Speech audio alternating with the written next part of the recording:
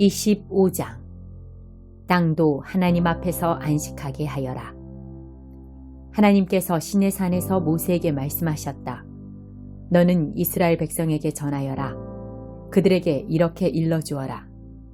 내가 너희에게 주는 땅에 들어가면 그 땅도 하나님 앞에서 안식하게 하여라. 너희는 6해 동안 밭에 씨를 뿌리고 포도밭을 가꾸고 수확물을 거두어 들여라. 그러나 7째 해에는 그 땅이 하나님 앞에서 안식, 곧 온전하고 완전한 쉼을 얻게 해야 한다. 너희는 밭에 씨를 뿌려서도 안 되고 포도밭을 가꾸어서도 안 된다. 자생하는 것을 거두어 들이지도 말고 돌보지 않은 포도나무의 열매를 수확하지도 마라. 그 땅은 한 해 동안 온전하고 완전한 쉼을 얻을 것이다. 안식년 동안 그 땅에서 자생하는 것은 너희가 먹어도 된다. 너희와 너희 남종과 여종과 너희 품꾼과 너희 땅에서 사는 외국인은 물론이고 너희의 가축과 그 땅의 들짐승도 그것을 먹을 수 있다. 그 땅에서 자생하는 것은 무엇이든 먹어도 된다. 희년. 안식년을 7번 곧 7해를 7번 세어라.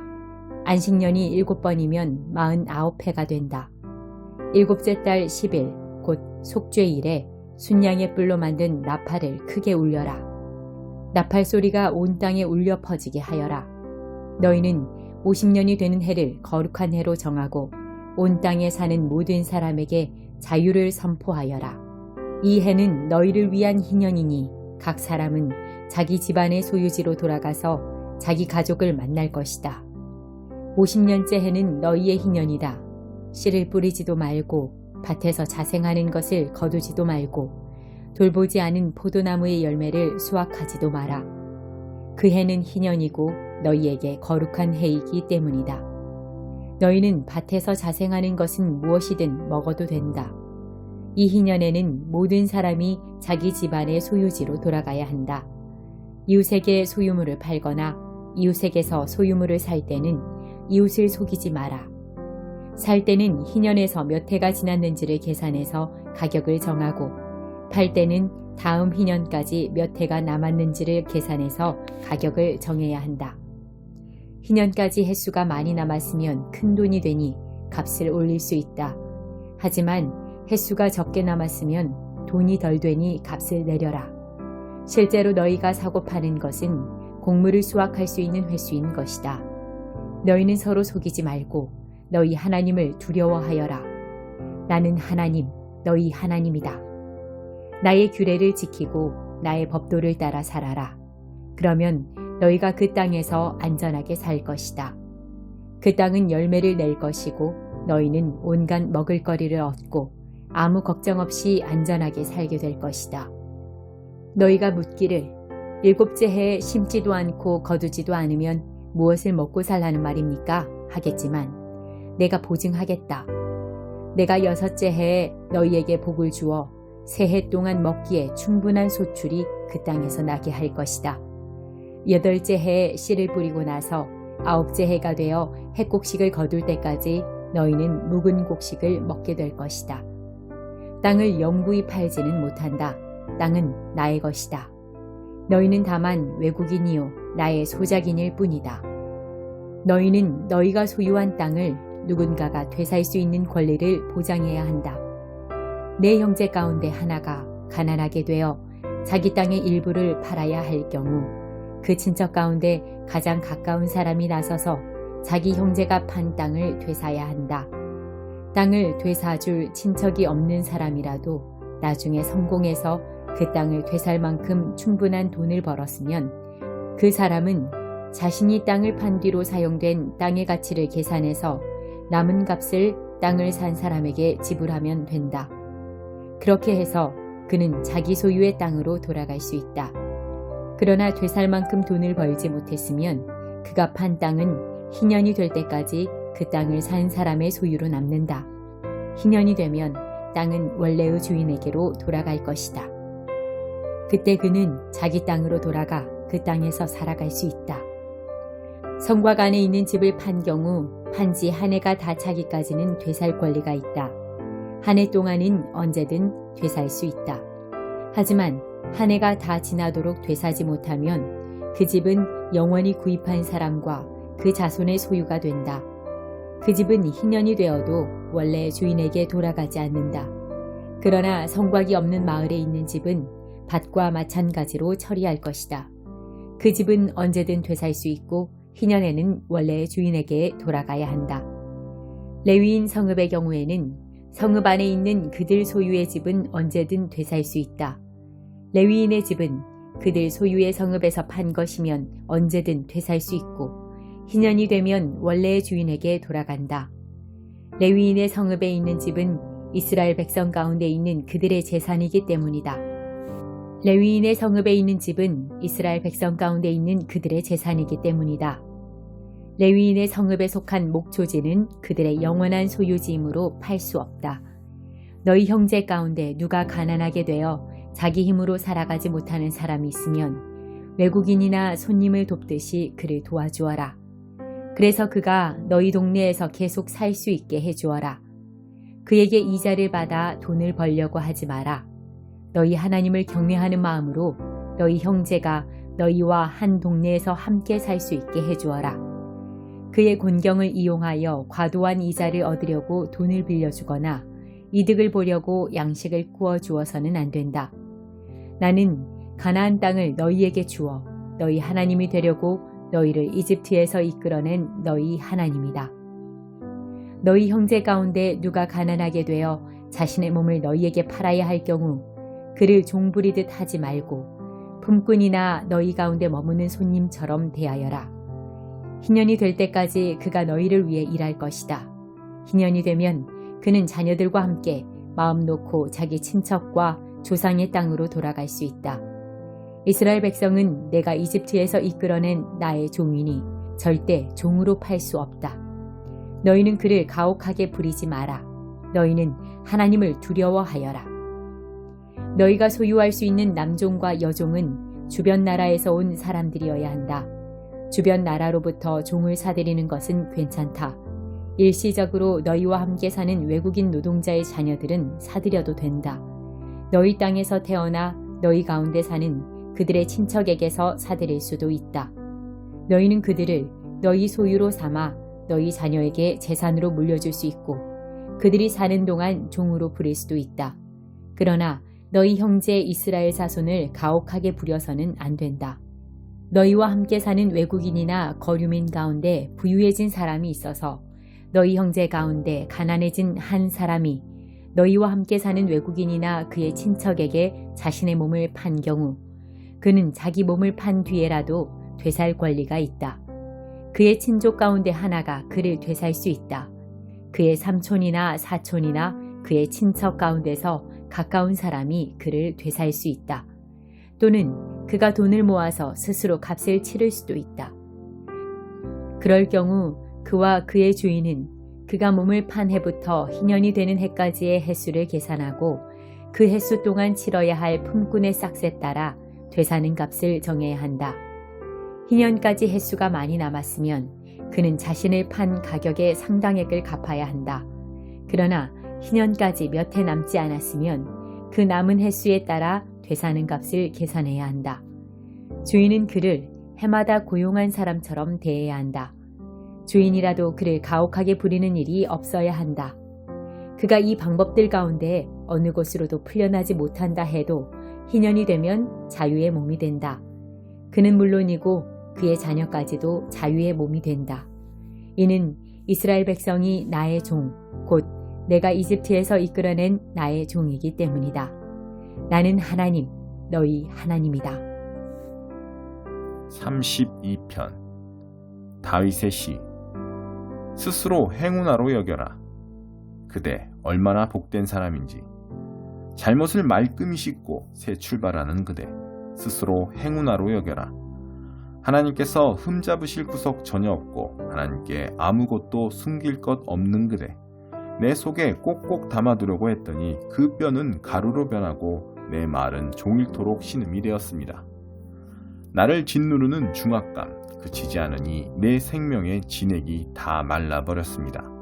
마침내 내 모든 것 주께 고백했습니다. 하나님께 내 잘못 모조리 털어놓겠습니다. 갑자기 나를 짓누르던 압박이 사라지고 죄책감이 날아갑니다. 내 죄가 사라졌습니다. 그러므로 우리가 너나 없이 기도하는 이것은 너무나 합당한 일입니다. 대혼란이 일어나고 댐이 터질지라도 높은 곳에 있는 우리는 해를 입지 않을 것입니다.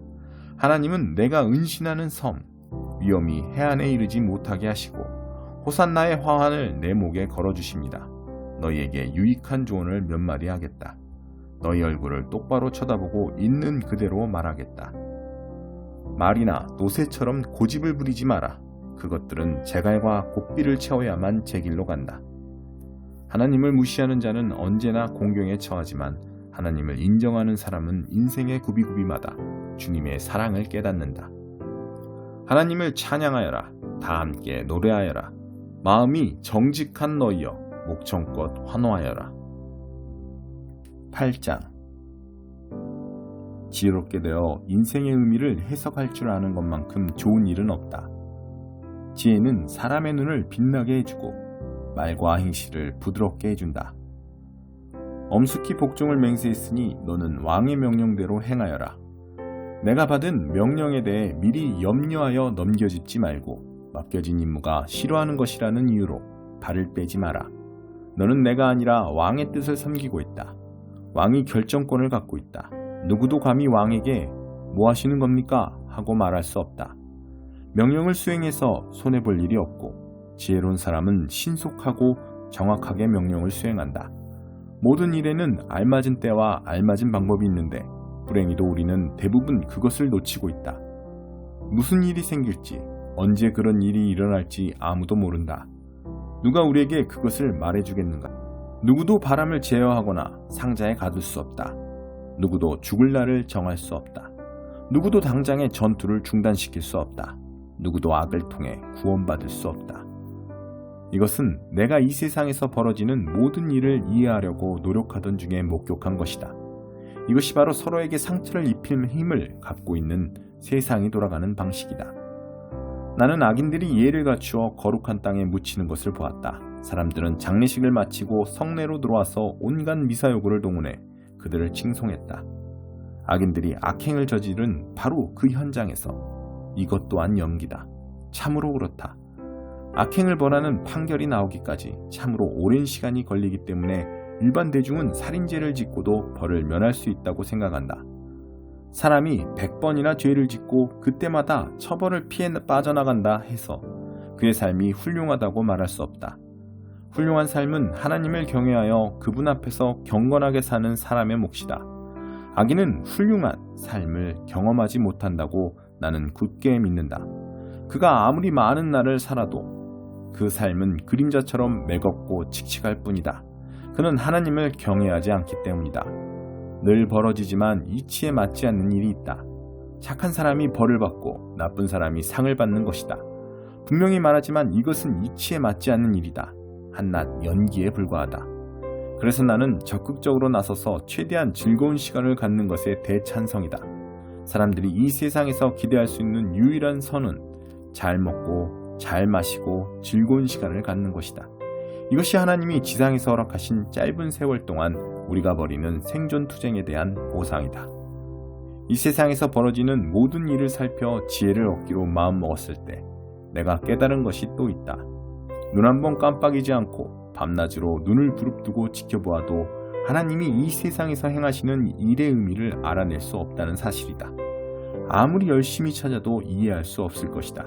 제 아무리 똑똑한 사람이라도 제대로 파악할 수 없을 것이다. 4장. 그대에게 이 점을 아무리 강조해도 지나치지 않을 것 같군요. 하나님께서 그대를 지켜보고 계십니다.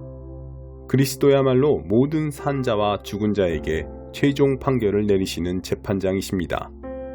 그분께서 그의 통치를 펼치려고 하시니 그대는 메시지를 힘차게 선포하십시오. 마음을 놓지 마십시오. 그대의 사람들을 자극하고 훈계하고 설득하십시오.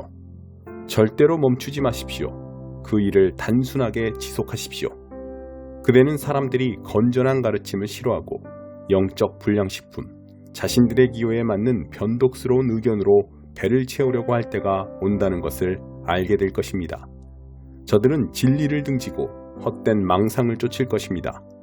그러나 그대는 하고 있는 일에 시선을 고정하여 좋은 시기든 힘든 시기든 메시지를 살아있게 하며 하나님의 일꾼으로 그대의 일을 빈틈없이 하십시오. 그대가 이어받으십시오. 나의 죽을 날이 가까웠고 나의 생명은 하나님의 제단에 제물로 드려졌습니다. 이것은 참으로 달려볼 가치가 있는 유일한 경주입니다. 나는 열심히 달려서 이제 막 결승점에 이르렀고 그 길에서 믿음을 지켰습니다. 이제 남은 것은 환호소리, 곧 하나님의 박수갈채뿐입니다. 그것을 믿으십시오. 하나님은 공정한 재판장이십니다. 그분께서 나뿐 아니라 그분의 오심을 간절히 기다리는 모든 이들에게도 공정하게 대해주실 것입니다. 그대는 할 수 있는 한 속히 내게로 오십시오. 대만은 덧없는 유행을 쫓다가 나를 이곳에 버려두고 데살로니가로 갔습니다. 그레스게는 갈라디아에 있고 디도는 달마디아에 있습니다. 누가만 나와 함께 이곳에 있습니다. 그대는 올 때 마가를 데려오십시오. 내가 두기고를 에베소에 보내고 나면 마가가 나의 오른팔이 될 것입니다. 내가 드로아에 있는 가보의 집에 두고 온 겨울 외투를 가져오고 책과 양피지 수첩들도 가져오십시오. 구리세공업자 알렉산더를 조심하십시오. 그는 우리가 전한 메시지를 심히 반대하며 끝없이 문제를 일으킨 자입니다. 하나님께서 그가 행한 대로 갚아주실 것입니다. 내가 예심을 받으러 첫 번째 법정에 섰을 때 내 곁에는 아무도 없었습니다. 다들 겁먹은 토끼처럼 달아났습니다. 그러나 그것은 아무 문제가 되지 않았습니다. 주께서 내 곁에 계시면서 나로 하여금 메시지를 알지 못한 사람들에게 크고 분명한 목소리로 메시지를 전하게 하셨기 때문입니다. 내가 사자의 입에서 건짐을 받았던 것입니다. 하나님께서 하늘나라에 들어가도록 나를 보살피시고 안전하게 지켜주고 계십니다. 그분께 온갖 찬양을, 영원토록 찬양을, 그렇습니다. 브리스길라와 아굴라에게 안부를 전해주십시오. 오네시보로의 가족에게도 안부를 전해주십시오. 에라스도는 고린도에 남아있습니다. 드로비모는 아파서 밀레도에 남겨두었습니다. 그대는 겨울이 오기 전에 이곳에 올 수 있도록 힘쓰십시오. 우블로와 부데와 니노와 글라우디아와 그대의 모든 벗들이 이곳에서 문안합니다. 하나님께서 그대와 함께 하시기를, 은혜가 그대와 함께 하기를 바랍니다. 아멘.